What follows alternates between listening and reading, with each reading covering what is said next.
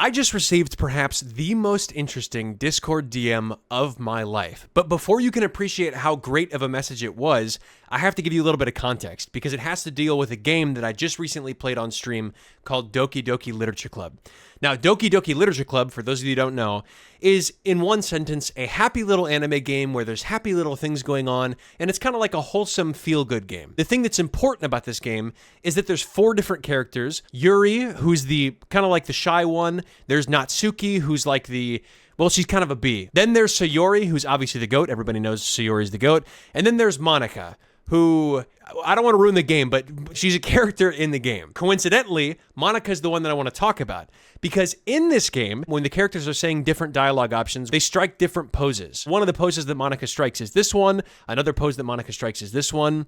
The point is that their poses change as they're talking. Now, there's one particular pose that Monika strikes that I made a big deal about on stream. And the reason why I made a big deal about it is because it looks like this. This stance right here is the ultimate power pose. This is the ultimate power pose to strike fear into any of your peers' eyes. Correct. Now, Past Trevor even goes on to demonstrate the difference between not striking the pose and striking the pose. So I give you a before and after. Let's take a look at that now. Like, if I'm just sitting here like this, it's like, oh, no big deal. Who the hell is this guy? Loser. Who the hell is this? Andy. You know what I mean? Yeah, right. But as soon as I do one of these, boom. It's like, oh, okay, he's got my attention now. I didn't realize this guy had his life completely under control. Exactly. The first thing that crossed my mind when I watched this clip was, wow, this guy has his life completely under control. Now, again, obviously me making as big of a deal out of this as I did was for comedic purposes. It was because I wanted to make a joke. But the thought did cross my mind that this pose, for some reason, gave off a commanding presence, and I don't know why. Until today.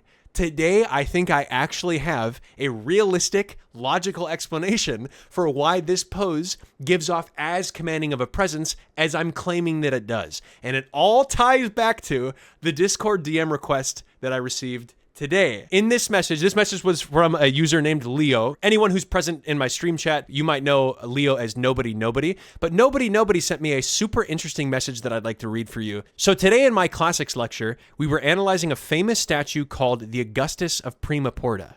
And one thing the professor emphasized was the way that his pose was intended to convey the power that Augustus Octavian held as one of the most influential emperors in Roman history.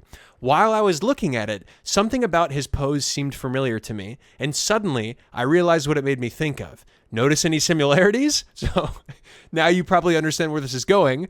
I think we know why Monika's power pose is so intimidating now. But here is the comparison. So here on the left, we have Augustus of Prima Porta, and here on the right, we have Monika. Notice any similarities? Now, in my video, I said there were 2 key components to striking a quote-unquote power pose. The first thing was the hand on the hip, which is what I had, and the second thing was the finger point like this, off in this direction. Augustus of Prima Porta, he's got that finger point down, you know what I mean? He's got a powerful finger point down that, to me, commands power, okay? Now, one could argue that his hand on the hip, the elbow pop out, is a little bit weak, but it's still there, right? Whoever designed this sculpture made every detail intentional. Now, is it quite the elbow pop that Monika's got going on? No, but it's there. There's hints of it. Now, just to be clear, I just want to say, obviously I'm joking around, but I did think that it was super funny that for some reason it did cross my mind like, wow, this pose is really commanding. This is quite the power pose.